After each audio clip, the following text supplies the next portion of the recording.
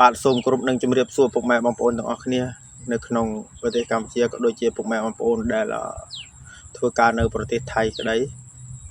ថ្ងៃនេះខ្ញុំមានរឿងមួយចង់សុំចិត្តពុកម៉ែបងប្អូនដែលបានធ្វើការចំណាក់ស្រុកទៅរកស៊ីនៅប្រទេសថៃសូមពុកម៉ែបងប្អូនវិលត្រឡប់មកស្រុកយើងវិញសិនមកព្រោះអីខ្ញុំសង្កេតមើលដូចជាមិនទាន់ត្រជាក់នៅឡើយទេទំនាស់រវាងខ្មែរជាមួយនឹងថៃពុកម៉ែបងប្អូនហើយជាក់ស្ដែងក៏ពុកម៉ែបងប្អូនមើលវីដេអូនៅខាងក្រោយខ្ញុំនេះពុកម៉ែបងប្អូនឃើញមានជនជ្រុលនិយមនៅប្រទេសថៃវាបានកាន់ដំបងនេះប្រុងនឹងដើររវាយប្រជាពលករខ្មែរដែលបានទៅធ្វើការនៅស្រុកវាពុកម៉ែបងប្អូនអញ្ចឹងទេគឺខាងប៉ូលីសតម្រួតថៃគេបានខិតថាមិនអោយប្រើអំពើហិង្សាទៅលើពលករខ្មែរទេក៏ប៉ុន្តែពួកនេះពុកម៉ែបងប្អូនវាគឺជាជួនកាលវាអាចស៊ីឈ្នួលគេទេពុកម៉ែបងប្អូនគឺដើម្បីធ្វើជាដើមហេតុឲ្យមានរឿងមានរ៉ាវពុកម៉ែបងប្អូនពួកនេះគឺអញ្ចឹងពួកជ្រុលនិយមនៅថៃគឺមានប្រហែលជា20%ដែរពុកម៉ែបងប្អូន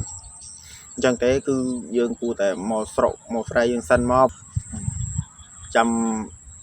រឿងរ៉ាវស្ងប់ឬក៏ស្រួលបួលចាំយើងទៅរកស៊ីវិញក៏វាមិនយឺតពេលដែរពុកម៉ែបងប្អូន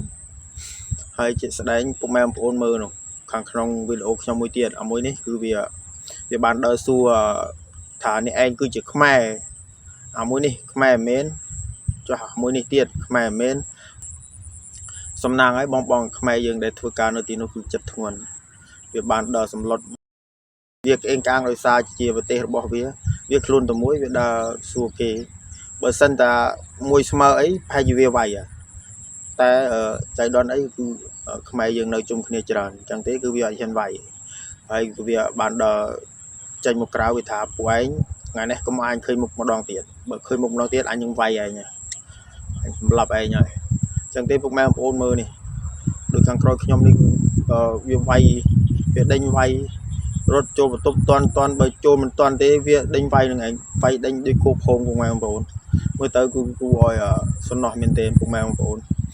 អញ្ចឹងទេគឺខ្ញុំមានតែទទូចសុំអង្វរឲ្យពុកម៉ែបងប្អូន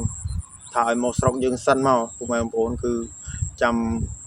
ជានីឬក៏ត្រូវគ្នាវិញចាំយើង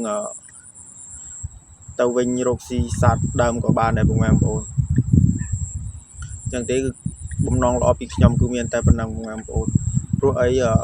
ពួកជនជ្រុលនិយមនៅថៃគឺភាគច្រើនគឺស៊ីឈ្នួលទេដើម្បីបង្កបានជារឿងជាហេតុដើម្បីរករឿងរាជរដ្ឋាភិបាលរបស់ថៃពុកម៉ែបងប្អូន